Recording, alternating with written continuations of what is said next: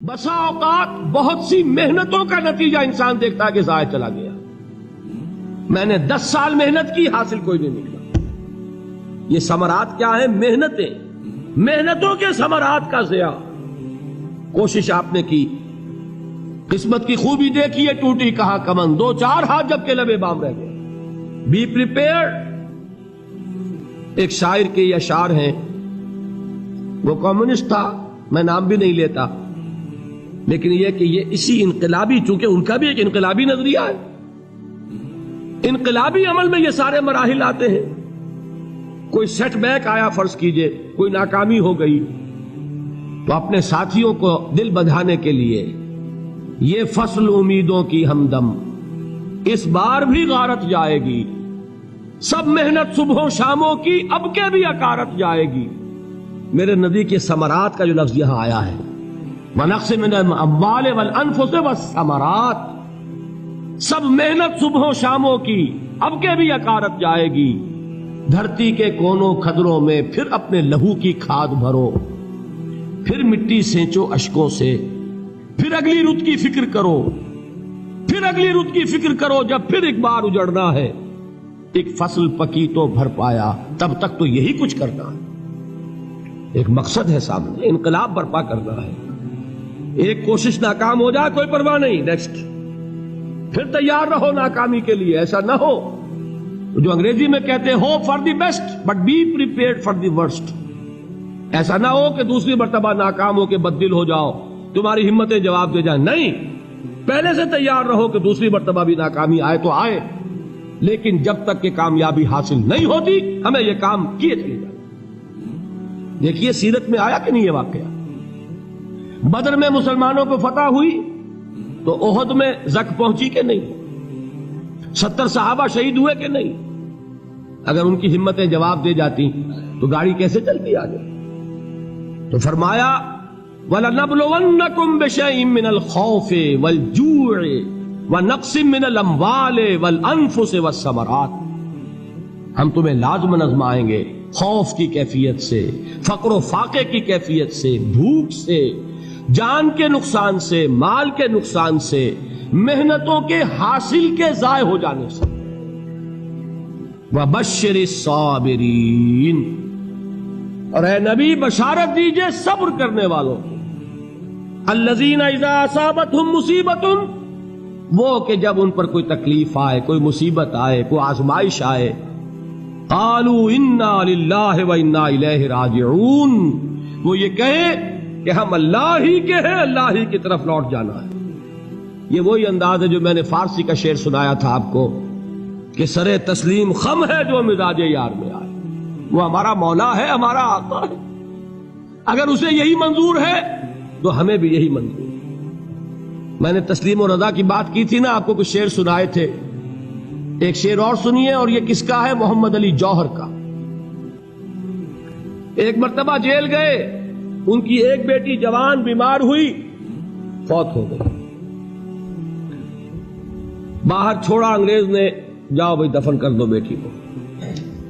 دوسری مرتبہ جیل گئے، دوسری جوان بیٹی اسی مرض میں مبتلا ہوئی. اب یہ جیل میں ہے، خبر پہنچی کہ دوسری بیٹی کے اوپر بھی اسی مرض کا حملہ ہوا ہے. ایک نظم لکھی ہے جس کا آخری شعر یہ ہے، تیری صحت ہمیں منظور ہے لیکن اس کو نہیں منظور تو پھر ہم کو بھی منظور نہیں. یہ ہے، جب تک یہ کیفیت نہ ہو اس میدان میں آدمی ثابت قدم نہیں رہ سکتا کہ میرے رب کو اگر یہ منظور ہے تو یہی مجھے منظور ہے، اور تیری صحت ہمیں چاہیے تو ضرور، لیکن ہمارے رب کو منظور نہیں تو ہمیں بھی منظور. راضی برضائے رب. وَبَشِّرِ الصَّابِرِينَ الَّذِينَ إِذَا أَصَابَتْهُمْ مُصِيبَةٌ قَالُوا إِنَّا لِلَّهِ وَإِنَّا إِلَيْهِ رَاجِعُونَ. نہ شود نصیب دشمن کے شود ہلاک تیغت، سر دوستہ سلامت کے تو خنجر آزمائے. أُولَئِكَ عَلَيْهِمْ صَلَوَاتٌ مِّن رَّبِّهِمْ وَرَحْمَةٌ، یہی ہے وہ لوگ جن پر ان کے رب کی طرف سے عنایتیں ہیں اور رحمتیں ہیں. وَأُولَئِكَ هُمُ الْمُهْتَدُونَ، اور یہی ہے وہ لوگ جو کامیاب ہونے والے ہیں، ہدایت پانے والے، ہدایت یافتہ. اسی سورہ بقرہ میں ذرا آگے چل کر، یہ تو ہے 20واں رکوع، 19واں رکوع.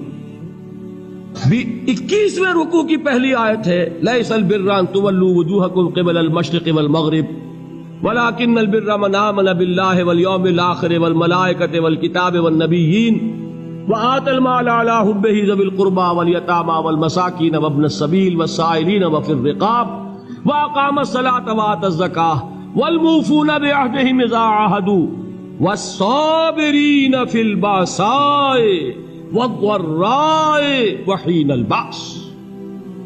اب یہ آیت جو ہے سورۃ العصر میں جو مضامین آئے تھے سارے اس میں موجود ہیں. وہاں ایمان کا لفظ آیا، یہاں 5 ایمانیات کی تفصیل آ گئی، اعمال کی تفصیل آئی، اور آخری بات وہاں کیا ہے وَتَوَاصَوْا بِالصَّبْرِ، اور یہاں کیا ہے وَالصَّابِرِينَ فِي الْبَأْسَاءِ وَالضَّرَّاءِ وَحِينَ الْبَأْسِ، اور صبر کرنے والے. اصل نیکی ان کی ہے جو صبر کریں. کس میں؟ جنگ کے وقت. ذرائے باسائے، باسا کہتے ہیں فقر اور فاقہ. واحد آئے گا باس تو اس کے معنی جنگ، اور باسا جمع میں آئے گا تو فاقہ فقر بھوک. اور ذرائے جسمانی تکلیف، ضرر جسمانی تکلیفوں میں صبر کرنے والے، فقر اور فاقے میں صبر کرنے والے، اور جنگ کے وقت صبر کرنے والے. اولئک الذین صدقوا واولئک هم المتقون. یہ ہیں وہ لوگ جو صبر کرنے والے ہیں، یہ ہیں جو سچے ہیں، جو اپنے دعوے میں نیکی کے اور ایمان کے صادق ہیں، اور یہی وہ لوگ ہیں جو متقی. اگلی سورت ہے سورہ آل عمران. اس میں 2 لفظ آئے ہیں آخری آیت، یا ایھا الذین آمنوا اصبروا وصابروا ورابطوا واتقوا اللہ لعلکم تفلحون. دیکھیے یہاں صبر اور صابر جو تعلق جہد اور جہاد کا ہے وہی ہے صبر اور مصابرت.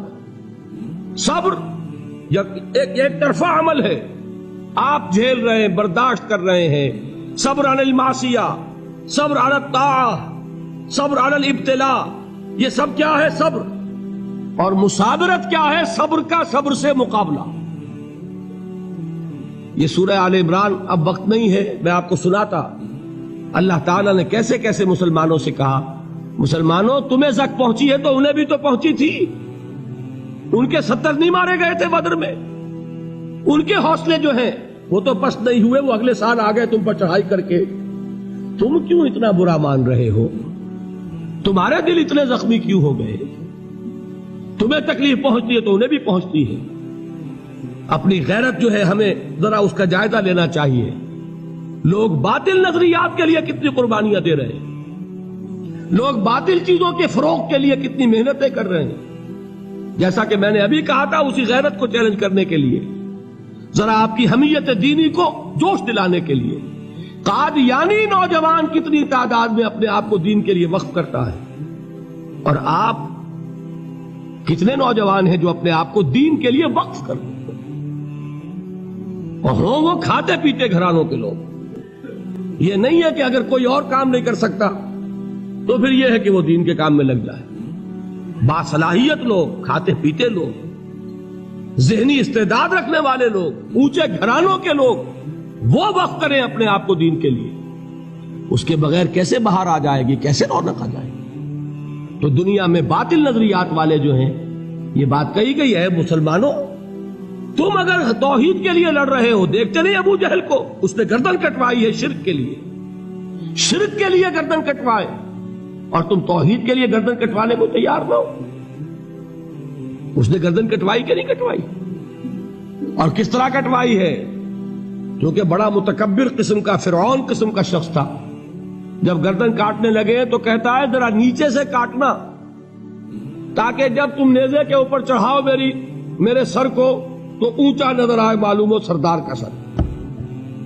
وہ بدبخت مرتے ہوئے بھی جو اس کی کیفیت تھی نا، اس کو ذہن میں رکھیے. تو یہ اس لوگوں نے قربانیاں دی، جانے دی.